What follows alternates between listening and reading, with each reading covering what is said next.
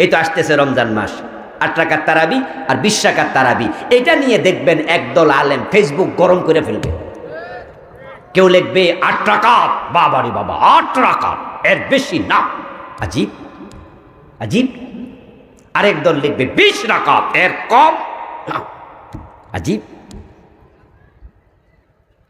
অথচ প্রিয় দোস্ত শোনো, তারাবির নামাজ ফরজ না, ওয়াজিব না, এটা সুন্নাত, এটা সুন্নাহ নামাজ। তুমি সুন্নাহ নিয়া কিভাবে এত কঠোর হয়ে গেলা? অথচ তুমি 8-এ থাকো না, উনিও 20-এ থাকে না। দুইজনই শক্ত কথা বললা, কিন্তু তোমাদের কথায় কাজে মিল নাই। কারণ যারা 8 রাকাত প্রথম রাতে তারাবি পড়ে, ভোর রাতে তারা আবার তাহাজ্জুদ পড়ে। যদি তাহাজ্জুদ 4 রাকাত পরে হয়ে যায় 12 রাকাত, তাহাজ্জুদ পরে যদি 8 রাকাত হয়ে যায় 16 রাকাত। আমরা যারা প্রথম রাতে নামাজ পড়লাম তারাবি 20 রাকাত, ভোর রাতে আবার পড়ি 8 রাকাত 4 রাকাত, তাহলে আমাদের তো 24-28 রাকাত হয়ে যায়। অথচ রাসূলুল্লাহ পড়েছেন 20 রাকাত অথবা 8 রাকাত। এখন তুমি 24-এ গেলা কেমনে?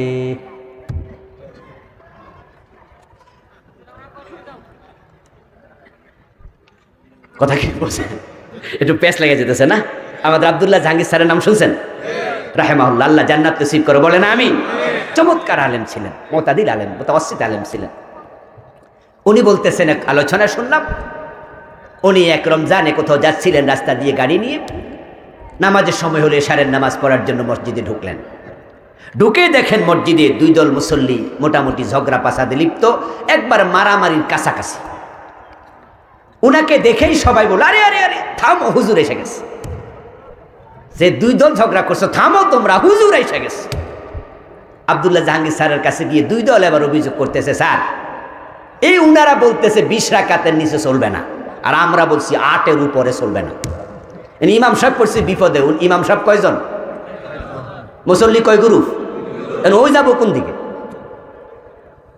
এখন আব্দুল্লাহ জাহাঙ্গীর স্যার বলতেছে, দ্যাটস ওকে, একটু থামেন। আচ্ছা 20 রাকাতের পক্ষে কে? তারা হাত তুললো, স্যার আমরা। দলিল আছে? হ্যাঁ হাদিসে দলিল আছে।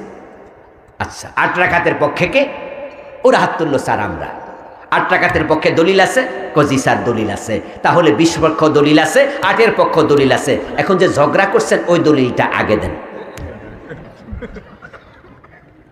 তারাবির নামাজ পড়া হলো সুন্নাহ নফল, আর মোমেন ঝগড়া করা হলো কবিরা গুনাহ হারাম। এখন নফল যদি সুন্নাহ যদি না পড়তেন, মিস হয়ে যেত, তাহলে কোনো আলেম এটাকে কবিরা গুনাহ বলতো না। আপনি তারাবির নামাজ একদিন যাইতে পারেন নাই, পড়েনি নাই, তাই বলে কোনো আলেম বলবে না কবিরা গুনাহ হয়েছে, বরং বলবে সওয়াব থেকে বঞ্চিত হয়েছেন। কিন্তু ঝগড়া করলে তো কবিরা গুনাহ। এই ঝগড়ার দলিল আগে 2 গ্রুপে দেন। قال النبي صلى الله عليه وسلم صلاة الليل مثنى ومثنى رواه البخاري। প্রিয় নবী বলতেছেন রাতের নামাজ 2 রাকাত 2 রাকাত। এর মানে তুমি যদি 2 রাকাত করে করে পড়তে চাও পড়ো। এজন্য মালিকি মাযহাবে তারাবি 36 রাকাতের বর্ণনাও আছে। কিন্তু আপনি এবং আমি যে বাড়াবাড়ি করছি এটা নাই। এখন নাওয়াইতুন উসাল্লি আলিল্লাহি তাআলা, এটা করতে করতে ইমাম সাহেব চলে গেল 3-4 আয়াত ফাঁক দিয়া, আপনি তাকবীর উলা পাইলেন না। অথচ রাসূলুল্লাহ নামাজে তিনি পড়েছেন ইন্নী ওয়াজ্জাহাতু, তাকবীর দেওয়ার পরে, আগে নয়।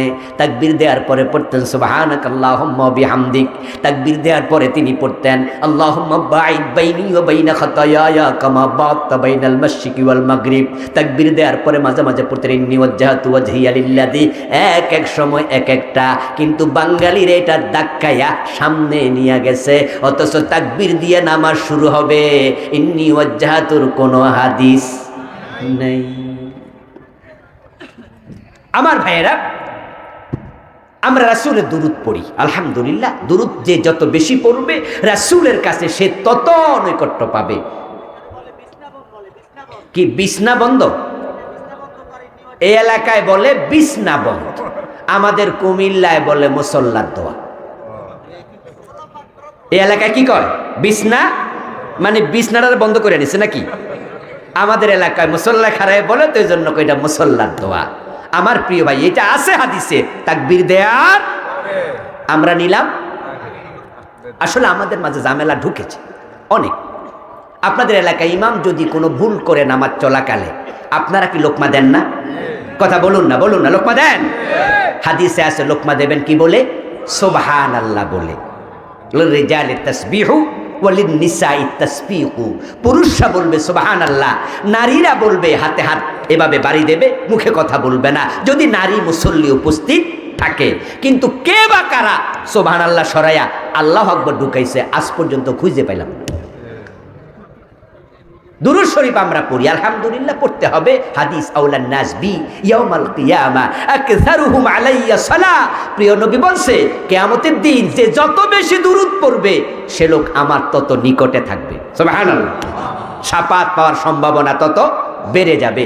কিন্তু দুরূদ পড়তে গিয়া কিছুক্ষণ বসে তারপর হঠাৎ করে খাড়ায় গেছে, তারপরে আবার কিছুক্ষণ পরে বসে গেছে। আচ্ছা, এই যে সিস্টেমটা আপনি চালু করলেন দুরূদ পড়ার, সালাম দেয়ার, এই সিস্টেম আপনি পেলেন কোথায়? বরং এই কাজ যারা করে আওয়াজ করে বলবেন তো, সবাই একটু বলুন, যারা এই সিস্টেম চালু করছে এই কাজের মাঝে সওয়াবের নিয়ত আছে না নাই? অথচ এই সিস্টেমে দুরূদ পড়ার কোনো হাদিস নাই, নতুন করে বানাইলে এটার নামই তো বেদাত হয়ে যায়। হ্যাঁ, আমরা দাঁড়িয়ে দুরূদ পড়া জায়েজ বলি, ভালো করে শুনুন, এটা আমরা না জায়েজ বলি না। আচ্ছা, জানাজার নামাজ যখন আমরা পড়ি দ্বিতীয় তাকবীর দেওয়ার পরে দুরূদ আছে না নাই? তখন কি বৈশা পড়ি? তাহলে দাঁড়ায়া দুরূদ পড়া না জায়েজ হলে জানাজার নামাজে দাঁড়াইলেন কেমন? জায়েজ। আপনি গাড়ির জন্য দাঁড়ায় আছেন রেল স্টেশনে, ট্রেন স্টেশনে, রাস্তায় দাঁড়ায় আছেন, গাড়ি আসে না, যে দাঁড়ায় দাঁড়ায় দুরূদ পড়া যাবে না? শুয়ে আছেন, ঘুমে ধরে না, শুয়ে শুয়ে দুরূদ পড়া যাবে না? আপনি বসে আছেন দোকানে, কোনো কাস্টমার নাই, বসে বসে দুরূদ পড়া যাবে না? যাবে তো, জায়েজ তো, জায়েজ। কিন্তু আপনি বললেন যে না হুজুর, দাঁড়াইয়া পড়লে সওয়াব বেশি, বসলে বেয়াদবি হয়ে যায় না? রাসূলকে সালাম দেবেন, আপনি একটু বসে বসে কেমন হয় আপনি যুক্তি দিচ্ছেন। তাহলে আমার প্রশ্ন আপনার কাছে, আত্তাহিয়াতুর মাঝে সালাম কি আপনি দাঁড়াইয়া দেন? আসসালামু আলাইকা আইয়ুহান নাবিয়্যু ওয়া রাহমাতুল্লাহি ওয়া বারাকাতুহু, এই যে রাসূলকে আইয়ুহান নবী বলে আপনি আত্তাহিয়াতুতে সালাম দিলেন, যদি রাসূলকে বসে সালাম দিলে বেয়াদবি হতো, তাহলে রাসূল বলতেন সালামের সময় টুক করে দাঁড়াইও তারপরে বইও, হইতো না? কইছে রাসূল। এখন সিস্টেম আপনি চালু করে দিলেন, এটা পেলেন কোথায়? বরং এ কিয়াম জায়েজ না না জায়েজ তা নিয়ে ঝগড়া শুরু। আপনি আদব খুঁজতেছেন। হ্যাঁ, কি সুন্দর যুক্তি দেয়। ক্লাসে যদি টিচার আসে তাহলে দাঁড়াইয়া সালাম দিতে পারো, বাবা যদি সন্তানের সামনে আসে দাঁড়াইয়া সালাম দিতে পারো, রাসূলকে দাঁড়াইয়া সালাম দিবা না? কই যারা দেয় না তারা বেয়াদব। আহা, কি কথা রে বাবা। তাহলে দাঁড়াইয়া সালাম দিতে হবে, বসে দিলে বেয়াদব হইলে তুমি তো 5 ওয়াক্ত নামাজে চরম বেয়াদবি করতেছো, ঠিক না? আত্তাহিয়াতুর মাঝে প্রতিদিন বেয়াদব হইতেছো, তোমার যুক্তিতে তুমি বেয়াদব হচ্ছ। যুক্তির নাম ইসলাম না, দলিলের নাম ইসলাম। দলিলের বাইরে কোনো ইবাদত করা যাবে না, যাবে না, যাবে না। সম্মানিত ভাইয়ের, আজকে আর আমি আগাবো না সামনে। কিছু প্রশ্ন ইতিমধ্যে আমার সামনে এসে গেছে, আপনারা শুনতে চাইলে জবাব দেব। আর আমার এই বইটা 28টা, আমি তো 38টা লিখছি, 4-5টা আনা কইছি। ড্রাইভার সাহেবের কাছে পাবেন, বাকি 6টা বই সহ ওখান থেকে নেবেন ইনশাআল্লাহ।